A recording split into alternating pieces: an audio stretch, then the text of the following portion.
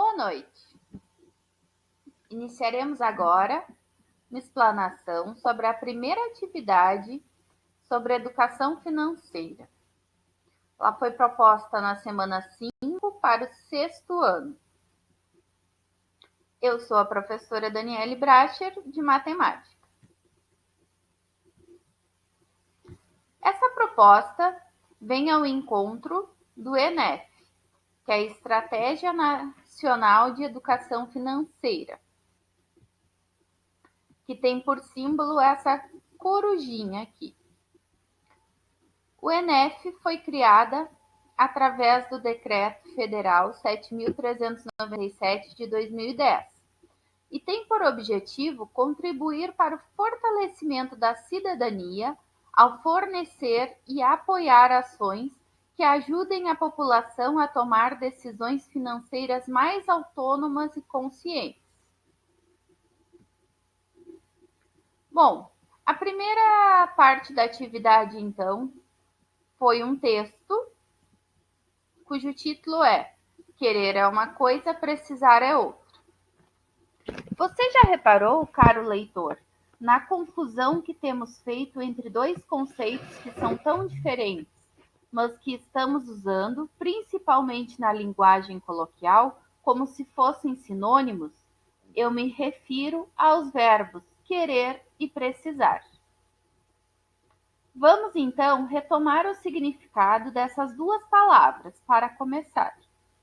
Precisar diz respeito a uma necessidade, a uma carência que exige satisfação. Por exemplo, temos fome e sede, por isso precisamos de líquido e de alimento para a satisfação dessas necessidades. E como dá para perceber, a necessidade sempre tem o alvo certo. Quando nós temos sede, precisamos de água. Quando temos fome, precisamos de comida. E o querer? O querer diz respeito a uma intenção, a uma aspiração. O querer é algo que nos move, mas não é uma necessidade. Um querer pode encontrar satisfação em diversos alvos diferentes. Qualquer querer pode não ser satisfeito sem problema algum. Quem quer pode esperar, pode trocar o objeto do querer para que se torne mais acessível e pode, inclusive, perceber que terá de abdicar desse querer. Já quem precisa pode esperar por pouco tempo, não pode trocar o objeto da necessidade e tampouco pode abdicar dele. Mas todos precisam saber com clareza que querer não é precisar, e querer, muitas vezes, também não é poder. Fonte: a Folha de São Paulo.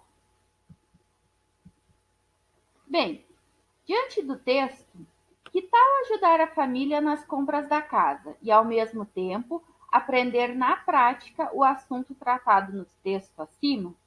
Converse com os adultos sobre como são feitas as compras no supermercado. Algumas perguntas vêm bem a calhar nesse momento.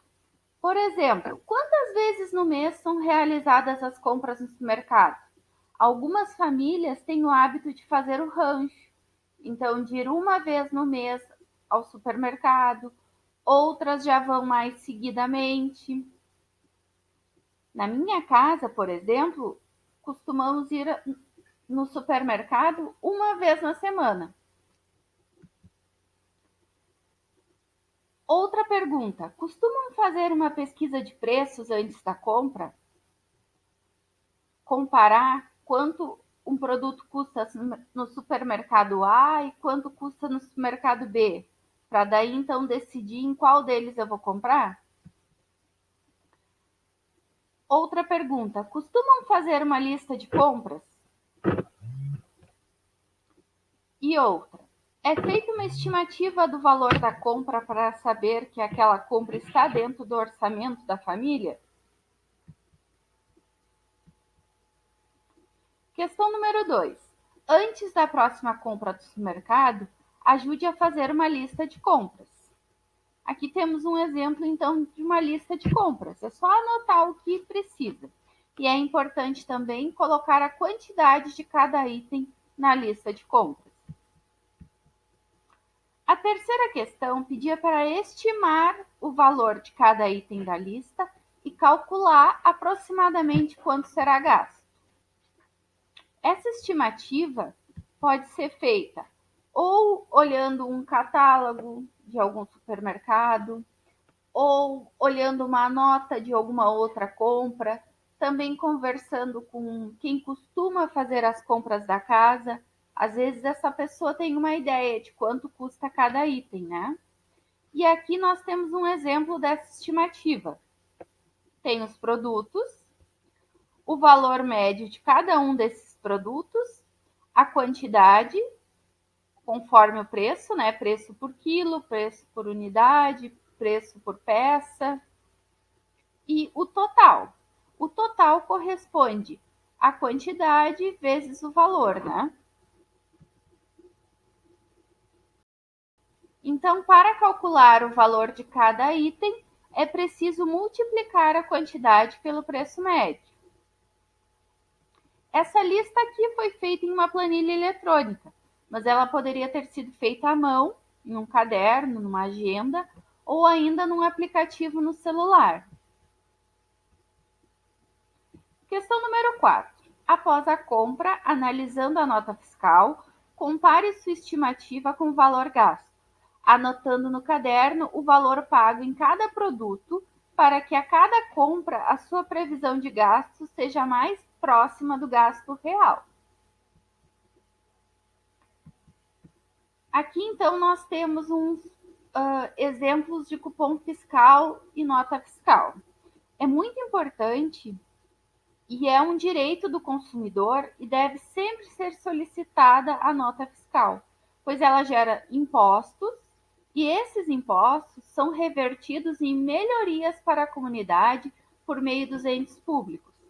Mais adiante nós teremos uma aula falando sobre os tributos. Bem, aqui na nota fiscal aparece a quantidade, o item, o valor unitário e o valor total. Questão número 5. Explique o que é querer e o que é precisar com suas palavras, citando exemplos. Bom, o texto nos trouxe bem, né? O que é o querer e o que é o precisar. E tem muito a ver com as nossas escolhas, né? Inclusive na hora de fazer uma compra. Bem, eu peço que vocês fotografem essa atividade, que seja uma foto assim que você apareça com sua família. Pode ser fazendo a lista de compras, pode ser comparando a nota fiscal, esse tipo de coisa. E eu gostaria muito de ressaltar que não há só uma resposta certa, porque cada família faz as compras de um jeito, né? E ninguém aqui está errado, está todo mundo fazendo da melhor forma para si. E era isso então. Qualquer dúvida, entre em contato comigo. Um abraço.